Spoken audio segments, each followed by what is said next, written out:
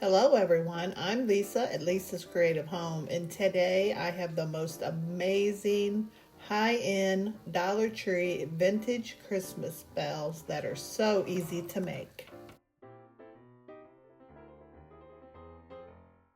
And to start this DIY, we're going to need some clear plastic bowls and cups, and we're also going to need a sleeve of the medium size ornaments.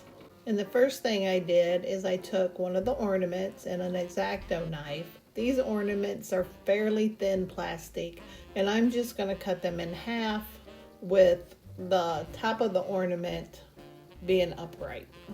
And since the X-Acto knife didn't cut exactly straight, I'm just going to go back in with a little pair of scissors, and I'm just going to cut it all the way around as even as I can.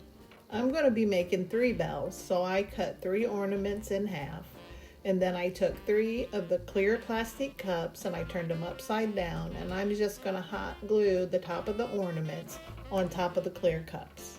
Once I glued the ornaments on top of the cups and they were all in place, I went back in, and the little hangers that came off at the top, I just hot glued them into place so when I hung my bells, they wouldn't come apart. Now I'm going to work on painting the bells. I decided to do more of a vintage kind of metal look.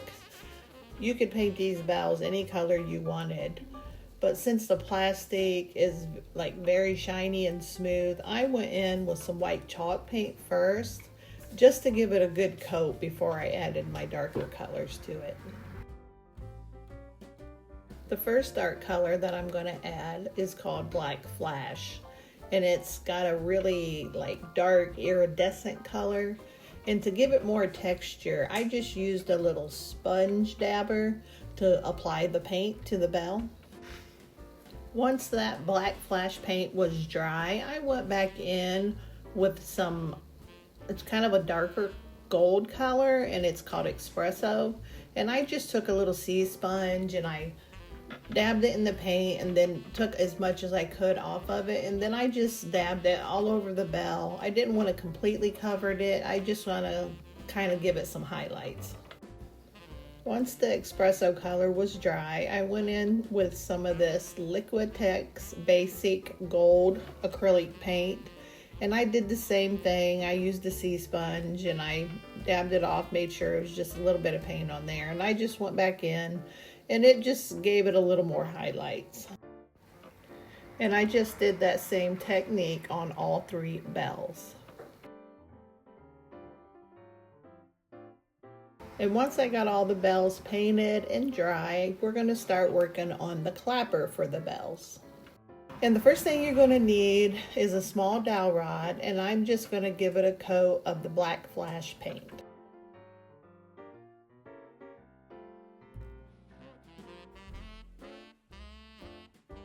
And to make the bottom of the clapper, I'm just going to use some wood balls. And I also gave them a coat of the Black Flash paint. And now that my dowel rod is dry, I'm just going to go in with my miter shears, and I'm going to cut 3 1.5 inch pieces. Next, I'm going to work on attaching the clapper to the inside of the bell.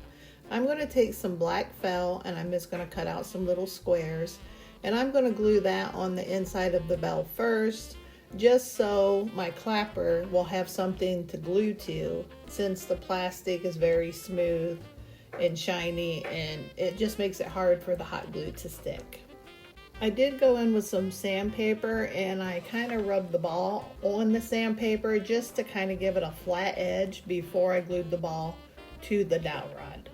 And once I got all the clappers made, I just hot glued them to the inside of the bells. Now I'm going to work on attaching twine to the bell. You could just feed the twine through the top of the bell and tie off a knot. I wanted it to look a little more finished, so I just stuck the twine through the top of the bell and I pulled it out about 2 inches. And then you can see here, I'm just going to hot glue and wrap the twine around that 2-inch piece, and I'm just going to do it all the way to the top. And once I get done here, you'll see what it looks like. I just like the way it looked. I think it looks a little more finished. And once I got all the twine attached to the bells, you can see here I'm just arranging them the way I want them to look. And once I get them where I want them, I just gather all the strings together, and I'm just going to tie it in a knot and then cut off the extra twine. And here is how they turned out. I just hung them in the middle of my wreath on my front door, and I think they just turned out amazing. If you would like to see more content like this, let me know in the comments below.